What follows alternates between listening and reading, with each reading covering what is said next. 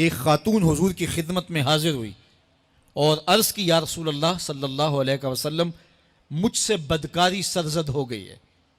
اور میرے پیٹ میں بچہ ہے اور میں چاہتی ہوں کہ آخرت کی سزا کی بجائے دنیا کے اوپر اس کی سزا مجھے دے دی جائے تاکہ میں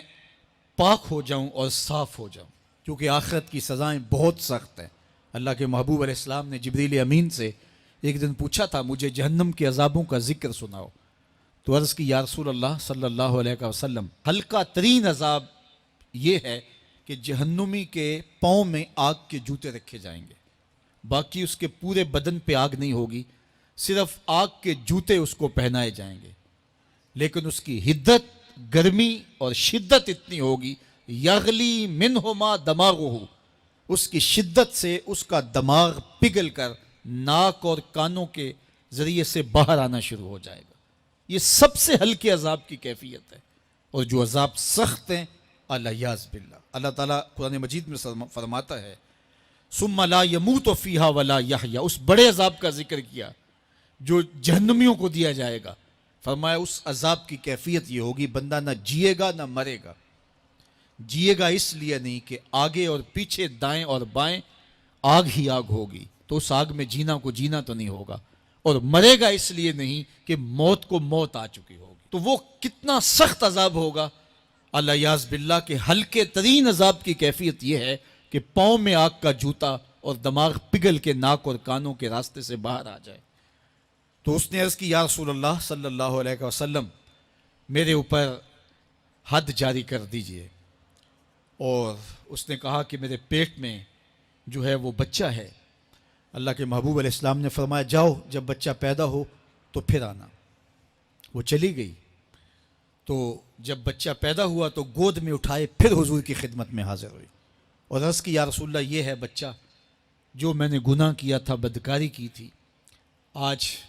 یہ اس کی نشانی ہے۔ تو اللہ کے محبوب علیہ السلام نے فرمایا کہ اسے لے جاؤ اور اسے دودھ پلاؤ، اور جب یہ کچھ کھانے پینے لگ جائے گا تو پھر آنا۔ کچھ دنوں کے بعد وہ دوبارہ حاضر ہوئی اور اس نے اس بچے کے ہاتھ میں روٹی کا ٹکڑا دیا ہوا تھا اور عرض کی یا رسول اللہ دیکھ لیجئے اب یہ روٹی کھانے لگ گیا ہے۔ اللہ اکبر۔ تو اللہ کے محبوب نے فرمایا انہیں لے جاؤ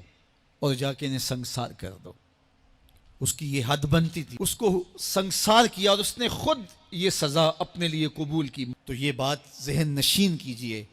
کہ یہ وہ لوگ تھے کہ جن سے کبھی کوئی گناہ سرزد ہو جاتا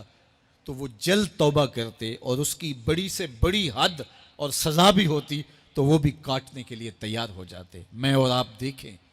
کہ ہماری زندگی میں اگر گناہ ہیں اور ہمیں سچی توبہ کی توفیق بھی نصیب نہیں ہے تو پھر ہم سوچ لیں کہ ہم کہاں کھڑے ہیں۔ دیکھیے اللہ دلوں کے بھید جانتا ہے۔ سچی توبہ یہ ہے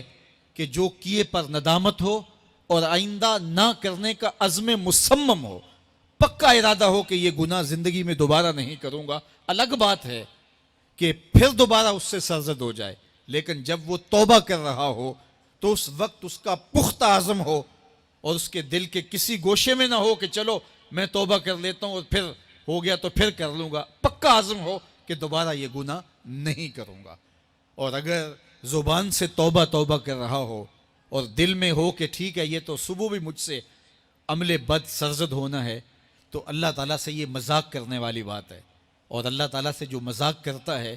وہ کہاں کھڑا ہے وہ خود سوچ لے۔ وہ کیا کسی نے کہا تھا کہ توبہ کی پھر توبہ کی پھر توبہ کر کے توڑ دی، میری اس توبہ پہ توبہ توبہ توبہ کر اٹھی۔ تو ایسی توبہ نہیں ہے